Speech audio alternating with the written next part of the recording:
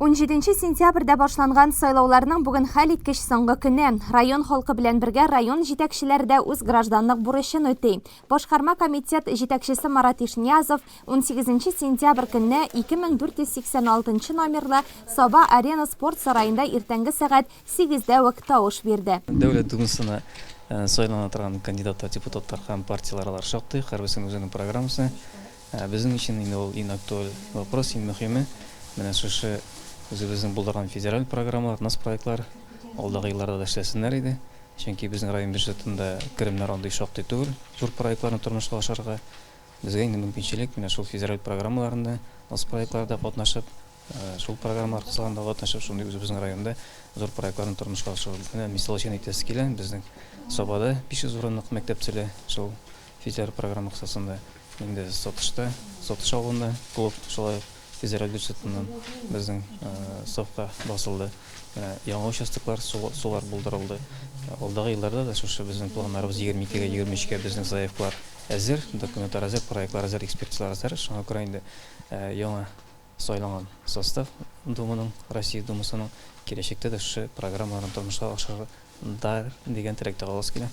Саба муниципаль районы башлыгы Рәис Миннаханов 2476 номерлы лесхоз сайлау участогына 19 сентябрь көнне килде. Сайлау һәр җирдәгечә санитар таләпләргә туры китереп башкарыла. Һәр сайлаучының тән температурасы тикшерелә, антисептик куелган маска, перчатка, шәхси ручка бирелә. Сайлаулар сәяси вазгыятьне билгеләүче җаваплы эш һәм халык аны үз күңеле аша үткәреп гражданлык бурыч итеп кабул итә.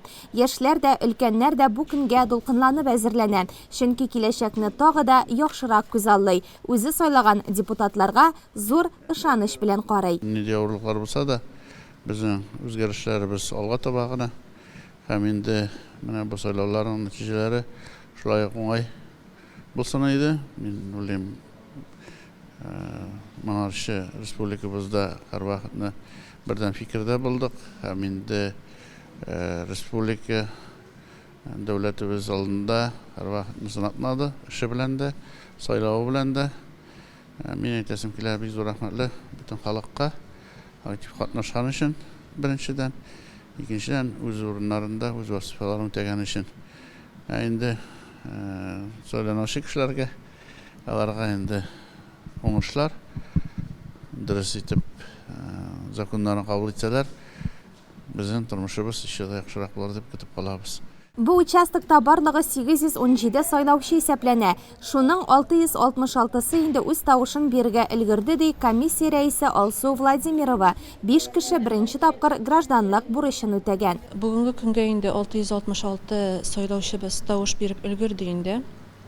Сайлауларыбыз актив үтә. Сайлаучылар бик теләп киләләр. Безнең сайлау участогында 3 наблюдатель бар. Шулай ук полиция хезмәткәре, МЧС хезмәткәре. Картлар һәм инвалидлар йортында тәрбияләнүче 75 өлкән кешене Алсу Владимирова белән Илфир Мөхәммәтов шунда барып сайлаткан. Исемлектәге 5 авыл кешесендә көн дәвамында өйләренә барып сайлатачаклар. Лесхозлылар илдә барган сәясәткә уңай мөнәсәбәтен белдереп, сайлауларның һәр гражданның киләчәк тормышында зур роль уйнаячагына басым ясый. Иртәнге якта тавыш бирүчеләр арасында Гөлнур Шавалиева да бар иде. Аның артыннан ук Гүзәлия Басирова да килеп җитте. Тормыш иптәшем кичә сайлады. Эштә булгач мин бүгенгә калдым ди ул. Өлкәннәргә тыныч тормыш, вакытында килүче пенсия кирәк. Гүзәлия апа да башкалар сыман яхшыны гына өмет итә. Шул вакытында акча түләү инде, саулык, сәламәтлек, балаларга якты киләчәк инде, хәзер балалар, оныклар дибез инде. Нәрсә өмет итик инде, барыбызга да саулык телим. Сайлауга килгәндә шул дулкынланам инде, борчылам. Аннары нинди ниләр белән кемнәрне сайларга, ни алса алдан билгеләп куябыз инде.